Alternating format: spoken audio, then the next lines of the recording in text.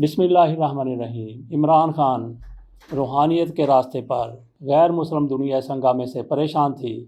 اسے اندازہ ہی نہ تھا کہ مسلمان اللہ کے آخری رسول صلی اللہ علیہ وآلہ وسلم سے کس قدر بے پناہ محبت کرتے ہیں۔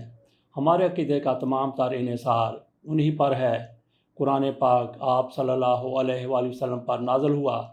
قرآن کریم پر ہمارا عقیدہ استوار ہے، لہٰذا نبی اکرم صلی اللہ علیہ وآلہ وسلم پر کوئی تنقید کرے ہم گوارہ نہیں کر سکتے۔ میں مسلمان دانشوروں اور علماء کو ذمہ دار سمجھتا ہوں کہ وہ اس باب میں مسلمانوں کی حساسیت سے مغرب کو آگاہ نہ کر سکے۔ اسلامی کانفرنس کو اس سلسلے میں ایک وفد یورپی یونین اور امریکی کانگریس کے پاس بھیجنا چاہیے تھا۔ مغرب وگرنہ یہ بات کیسے سمجھتا؟ یہاں آئے دن مذہبی شاعر کا مذاق اڑایا جاتا ہے۔ یہودی قیادت اس باب میں بے حد کامیاب رہی، جس نے مغرب کو بتایا کہ جرمنی میں یہودیوں کے قتل عام کا تذکرہ ان کے لیے کس قدر اذیت ناک ہے، اور یہ کہ اس بات کا مذاق نہیں اڑایا جانا چاہیے۔ مسلمان ممالک کو اس مثال سے فائدہ اٹھانا چاہیے تھا۔ اسلام کا دفاع کرنے والا کوئی نہ تھا، اور مغرب کے عام لوگ نازی جرمنی میں کتابوں کو نظریات کرنے سے اس واقعے کا موازنہ کر رہے تھے۔ خود میرا علم ایسا نہ تھا کہ اس موضوع پر بات کر سکوں۔ نیوزی لینڈ کے دورے میں مجھ سے پوچھا گیا کہ کیا اسلام ایک متشدد مذہب ہے؟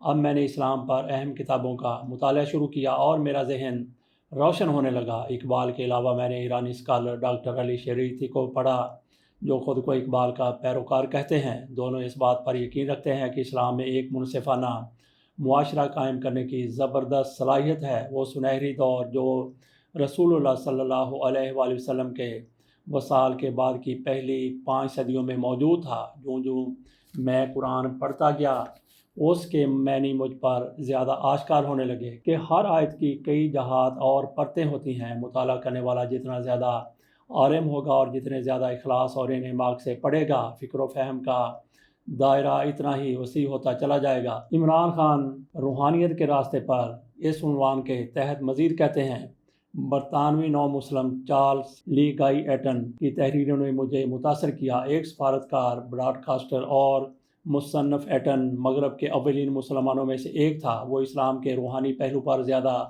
زور دیتا۔ خود اپنی زندگی کے تجربات سے وہ انتہا پسندوں اور نظریہ سازوں کے تضادات واضح کرتا۔ وہ بتاتا ہے کہ کیسے ایک نو مسلم مغرب اور مشرق کے درمیان ایک پل کا کردار ادا کر سکتا ہے۔ وہ خود اپنے معاشرے کی خدمت کرنے میں کیوں کر کامیاب رہا۔ لندن کے مشہور اخبار گارڈین نے ایٹن کی موت پر لکھا: کسی بھی لسانی یا ثقافتی ماڈل کی پیروی سے انکار کر کے اس بے مثال انگریز شہری نے الفاظ کی بجائے اپنے عمل سے ثابت کیا کہ اسلامی عقائد برطانوی معاشرے کے اندر نہایت خوش اسلوبی سے بروئے کار لائے جا سکتے ہیں اور اس سے ہم آہنگ رہ سکتے ہیں۔ عمران خان مزید کہتے ہیں کہ اگرچہ میری بنیاد مسلم معاشرے کی روایات تھیں، مگر میری تعلیم مغربی تھی۔ جس چیز نے مجھے متاثر کیا وہ ایک مغربی شہری کی حیثیت سے اسلام کے بارے میں اس کا انداز فکر تھا۔ ثقافتی سے زیادہ ایک نو مسلم کا تجربہ روحانی ہوتا ہے۔ اسلامی دنیا کے بہت سے اسکالر مقامی ثقافت اور تاریخ کے بوجھ تلے دب جاتے ہیں، جیسا کہ ایٹن اپنی کتاب اسلام اور انسان کا مقدر میں واضح کرتا ہے۔ پیدائشی مسلمان کی بجائے جو شخص خود مسلمان ہوتا ہے، اس کی جڑیں مذہب میں گہری ہوتی ہیں، قرآن کریم اور رسول اکرم صلی اللہ علیہ وآلہ وسلم کی سنت میں، لیکن وہ مسلمانوں کے رواجوں اور عادات کا اسیر نہیں ہوتا۔ وہ ان کی سی قوت نہیں رکھتا، مگر ان کی کمزوریوں سے بچا رہتا ہے۔ اس سے احساس کمتری سے محفوظ رہتا ہے جو ان کی حالیہ تاریخ کا ورثہ ہے۔ ایٹن کے علاوہ جس نو مسلم نے مجھے سب سے زیادہ متاثر کیا وہ ڈاکٹر محمد اسد ہیں، جو 1900 میں آسٹریلیا کے ایک یہودی خاندان میں پیدا ہوئے تھے اور ان کا نام لیوپولڈ ویس تھا۔ وہ ایک صحافی، اسکالر اور سفارتکار تھے۔ انہیں پاکستان کی شہریت پیش کی گئی اور پاکستان کے اولین دستور کے لیے ان سے مشورہ کیا گیا۔ سب سے بڑھ کر جو شخص میرے خیالات پر چھا گیا وہ اقبال تھے، مولانا روم کے ایک پیروکار جو 13ویں صدی کے ایران میں ایک عظیم شاعر اور صوفی ہو گزرے ہیں۔ جدید اسلامی معاشرے کے اس عظیم مفکر اقبال نے مشرق اور مغرب دونوں میں تعلیم پائی، تبدیلی کی آرزومند مسلم برصغیر کی اس نسل پر جس سے ان کا تعلق تھا وہ سب سے زیادہ اثر انداز ہوئے۔ ان کا فکر کا محور خود ہی ہے۔ ان کی رائے میں خودی کا حصول، خود انحصاری، عزت نفس، اپنے آپ پر اعتماد اور اپنی صلاحیتوں کے ارتقاء سے ممکن ہے۔ اقبال کہتے ہیں کہ آدمی خود اپنی تقدیر رقم کرتا ہے اور اس کا انحصار کردار کی تشکیل پہ ہے۔ ان کا نظریہ عملی ہے اور وہ آدمی کو اللہ تعالیٰ کی عطا کردہ صلاحیتوں کے مکمل ارتقاء کی طرف راغب کرتے ہیں۔ ان کی شاعری میں اہم ترین علامت شاہین ہے، جس میں عزم، جرأت پرواز اور خودداری پائی جاتی ہے۔ وہ پرندوں کا بادشاہ ہے کہ تحفظ اور پناہ کا آرزومند نہیں ہوتا۔ نوجوان نسل کو وہ یاد دلاتے ہیں، تو شاہی ہے، پرواز ہے کام تیرا، تیرے سامنے آسماں اور بھی ہیں، نہیں تیرا نشے من قصر سلطانی کے گنبد پر، تو شاہی ہے بسیرا کر پہاڑوں کی چٹانوں پر۔ اقبال کے جس دوسرے وصف نے مجھے متاثر کیا وہ انصاف اور آزادی سے ان کی بے پناہ لگن ہے۔ عمران خان مزید کہتے ہیں کہ عمر بھر وہ دنیا بھر کے مظلوموں سے وابستہ رہے، مسلمانوں کی وہ حوصلہ افزائی کرتے رہے کہ ظلم کی ہر شکل کے خلاف جہاد کریں، وہ مذہبی ہو، معاشی ہو، سیاسی ہو، ثقافتی ہو یا علمی ہو۔ اقبال کہتے ہیں کہ اسلام، جس کا مطلب ہی اللہ کے سامنے جھکنا ہے، خدا کے سوا کسی اور کے سامنے صفر انداز ہونے کی اجازت نہیں دیتا۔ ان کے مطابق قرآن کی تعلیمات کا ایک بڑا حصہ آدم ذات کو ان زنجیروں سے رہائی عطا کرنے سے متعلق ہے جو روایت پسندی، معاشی و معاشرتی جبر، قبائلیت، نسل پرستی اور ذات پات کے نظام سے پھوٹتی ہیں۔ وہ کہتے ہیں کہ غلام معاشروں کا کوئی مستقبل نہیں ہوتا۔ غلامی میں ایک قوم پانی سے محروم ندی کی طرح ہو جاتی ہے اور آزادی میں بحر بے کراں بندگی میں گھٹ کے رہ جاتی ہے۔ ایک جوئے کم آب اور آزادی میں بحر بے کراں ہے زندگی۔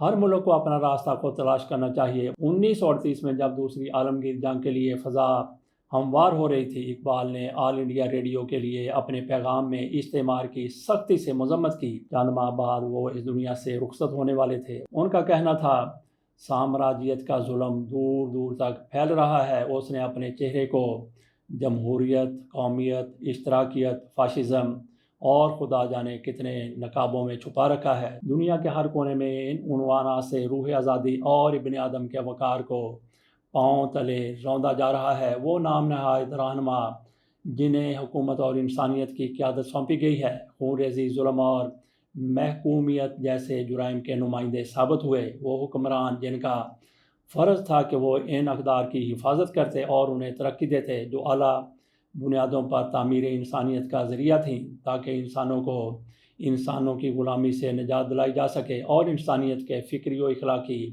معیارات کو بلند تر کیا جائے۔ انہوں نے سامراجی عزائم کی تکمیل اور غلبے کی ہوس میں لاکھوں انسانوں کا لہو بہایا اور لاکھوں ہی کو غلام بنایا تاکہ اپنے دھڑوں کی ہوس کو آسودہ کر سکیں۔ غریب اقوام کو غلام بنانے اور ان پر غلبہ قائم کرنے کے بعد انہوں نے ان اقوام کو ان کے مذاہب، اخلاقیات، تہذیبی روایات اور ادب سے محروم کیا، ان کے مابین تقسیم کا بیج بویا تاکہ وہ ایک دوسرے کا خون بہائیں اور غلامی کے نشے میں سوتے رہیں۔ اس طرح کے سامراجی کیڑا کسی رکاوٹ کے بغیر ان کا خون چوستا رہے۔ ان کا پیغام آج بھی اتنا ہی اہم ہے بلکہ اس سے بھی زیادہ اہمیت کا حامل ہے۔ عمران خان مزید کہتے ہیں، مطالعہ اور ادراک کا یہ عمل میرے لیے دریافت کا ایک ولولہ انگیز تجربہ تھا، جبکہ دوسروں کے لیے اسے سمجھنا مشکل ہو رہا تھا۔ میری بہنیں اور خاص طور پر میرے والد مجھے دیکھتے اور ہنستے کہ کیا یہ وہی ہے جو مذہب سے مکمل طور پر دور تھا۔ پاکستان اور برطانیہ دونوں جگہوں پر میرے دوست حیرت زدہ تھے کہ شاید میں کچھ جنونی سا ہو گیا ہوں۔ وہ یہ نہیں سمجھ سکے کہ مجھ پر کیا بیت رہی ہے۔ میں اس پر لوگوں سے الجھتا نہیں تھا، لیکن جب لوگوں نے بہت زیادہ بحث مباحثہ کیا تو میں تنگ آ گیا اور میں نے فیصلہ کیا کہ اپنے ایمان کو ان لوگوں کے سامنے بیان نہیں کر سکتا جو یہ خیال کرتے ہیں کہ جس چیز کو سائنسی انداز میں پیش نہ کیا جا سکے اس کا وجود ثابت نہیں ہوتا۔ بعض لوگ یہ گمان کرنے لگے کہ اس تبدیلی کا تعلق اس خوف کے ساتھ ہے جو میرے اندر جنم لے رہا ہے۔ ان کے خیال میں اب میں کھیل کے میدان سے رخصت ہونے والا تھا اور اندیشوں کا شکار تھا۔